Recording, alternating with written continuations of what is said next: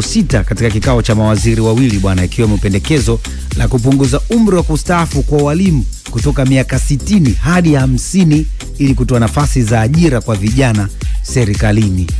Bwana, wenyewe wametoa pendekezo bwana, umri ule wa kustaafu kwa walimu ili kupata ajira kwa vijana zaidi kuajiriwa serikalini na vitu kama hivyo.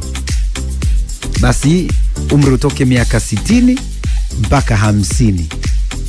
Wale jamaa zetu wale jamaa wale mmoja wa walimu wale wasio na ajira wale tikisa kweli kweli, wanasema bwana walau kidogo ifike miaka 50 kutoka 60 watu wastaafu mapema, watu wastaafu mapema, yani hasa walimu. Lakini kwenye upande wa walimu sijui mtazamaji, msikilizaji wetu ambaye unatusikiliza sasa hivi na unatazama YouTube, utakuwa na mawazo gani kwenye hilo?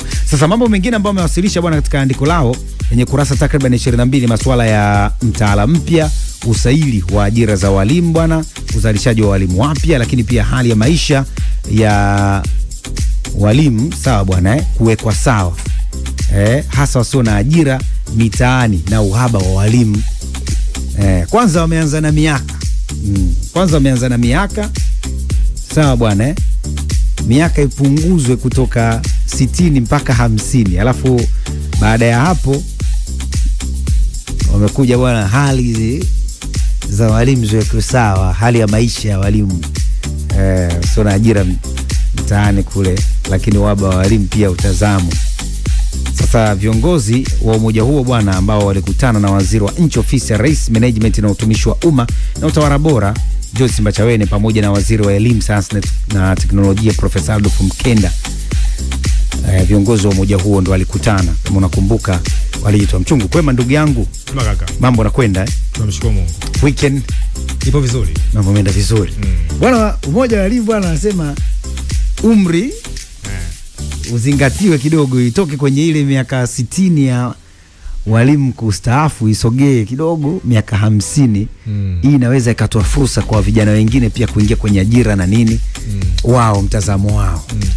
Na ukitazama Lipokera imekuwa ni hoja ambayo ikichukuliwa na wadau wengi kwamba ule umri wa kustaafu lazima uwe ni umri ambao kidogo utawapa fursa kwa watu wengine. Unajua Tanzania hapa kuna vijana wengi sana na serikali haiwezi kuajiri vijana wote. Tazama sasa ukiangalia idadi ya waajiriwa serikalini na idadi ya vijana ambao wamekuwa wakitafuta ajira ambao wanamaliza vyuo vikuu wamekuwa ni watu wengi zaidi. Sasa vijana wengi, na hiyo sio tu hoja kwa mfano ya chama cha walimu wasio na ajira, imekuwa ni hoja hata ya vijana kwamba tupunguze umri wa kustaafu, kwa sababu kwa lazima nafikiri miaka 60. Tazama. Sasa tupunguze ili tuweze kuhakikisha kwamba tunatoa fursa kwa wengine kuweza kuingia katika ajira za serikali. Kwa hiyo sasa imekuwa ni hoja ambayo ikichukuliwa na wadau wengi zaidi. Kutazama. Sasa na hivyo vile najenga kutokana na idadi ya wanafunzi ambao wanamaliza vyuo vikuu. Angalia kwa mfano kila mwaka kuna wahitimu wengi sana ambao wamekuwa wakimaliza vyuo vikuu, na fursa za ajira serikalini, na nafikiri na duniani kote serikali haiwezi kuajiri watu wote ukitazama. Kwa sasa kuna mazingira ambayo kimsingi yakatengenezwa ambayo yaka accommodate, yani kwamba kuwashirikisha watu wengine wanaondoka au wengine wanakuja. Bwana, ACT ulisikia? ACT Wazalendo. Ulisikia? Sasa bwana, chama cha ACT Wazalendo kimeiomba serikali kuwachukulia hatua viongozi wa Chama cha Mapinduzi CCM, wakiwataja makamu mwenyekiti bara, yani wamemtaja Stephen Wasira, na naibu katibu wa habari na uenezi wa CCM Zanzibar Hamis Mbeto bwana, kwa kupotosha umma kuhusu tukio lilotokea nchini Angola. Sawa bwana, wito huo sio umetolewa jana Jumapili.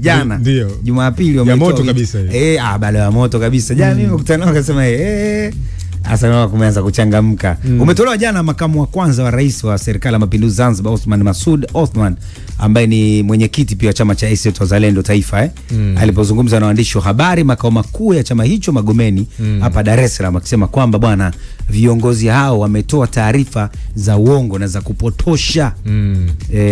Sawa bwana. Kwa hiyo ametoa wito chama cha Mapinduzi kiwatazame na kiwachukulie hatua Wasira na huo mwenzie. bwana huyu yeye amezungumza hivyo. Hasa alisema nini? Machi 14 akizungumza Tunduma mkoani Songwe pale Wasira alisema nikinukuu, leo nimesoma viongozi walikuwa wanaenda Angola lakini wamenyang'anywa passport huko ni Angola, sio hapa.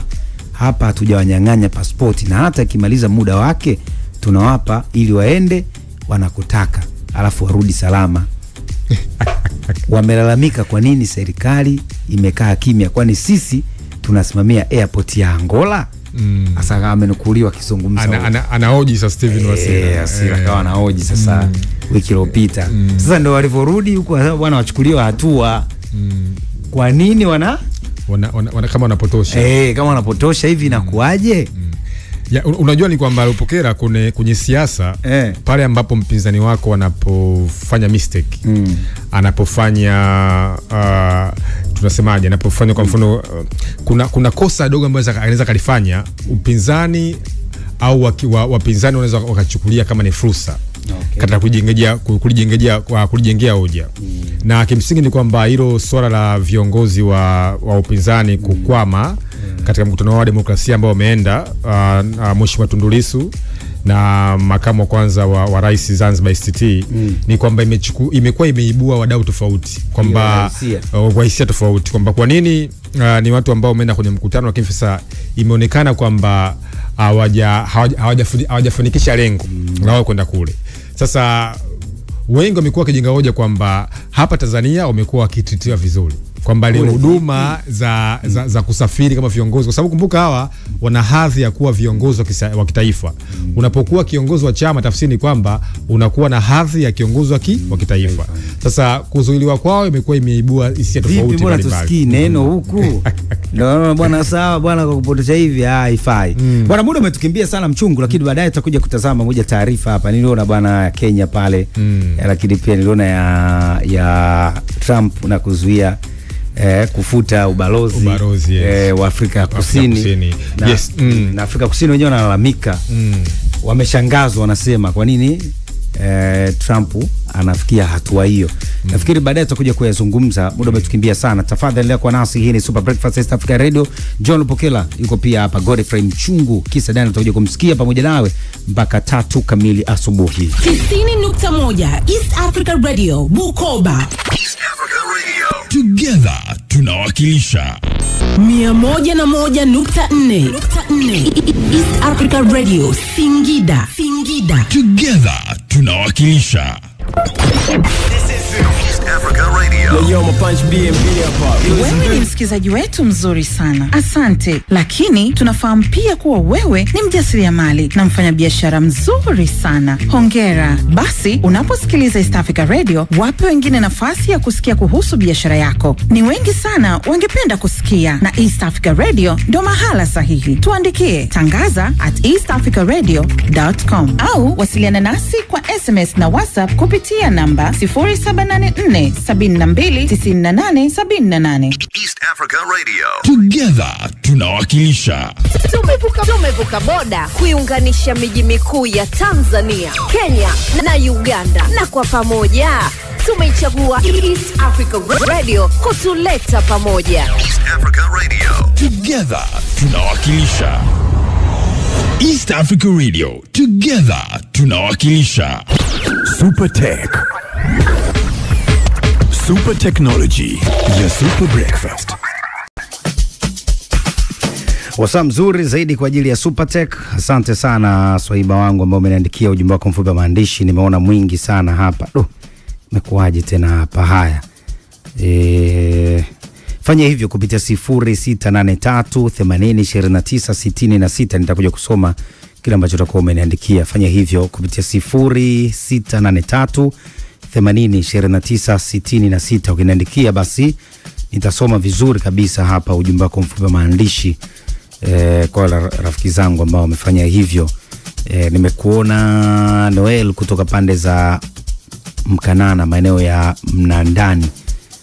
Ukituandikia kaka Lupokela, asante sana kwa taarifa. So Lupokela ni Elo Kekaru, nakuona haribu jina langu, weka Elo Lupokela Kekaru tena Jennifer kutoka Musoma, nimekuona, asante pia na wewe bwana, ukisema unafuatilia vizuri kabisa, umeamka nasi asubuhi na mapema.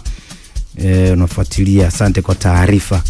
Haya ndio vizuri, tunapeana taarifa, maisha mengine yanaendelea bana. Nimeona jumbe nyingi sana hapa. Ule fanya pap kidogo.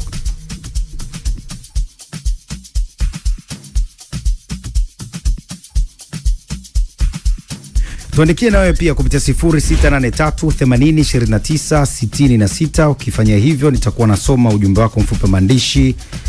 Nimekuona Jamal Jafari kutoka Singidani. Ujumbe wako pia na wewe ukienda nasi vizuri kabisa. James, nimeona ujumbe wako bwana James na wewe. Mimi nitakuwa napita nazo hapa, ufanya hivyo kupitia 0683802966. Bwana, jana wakati napita pita zangu nikakutana tayari kwanza wakati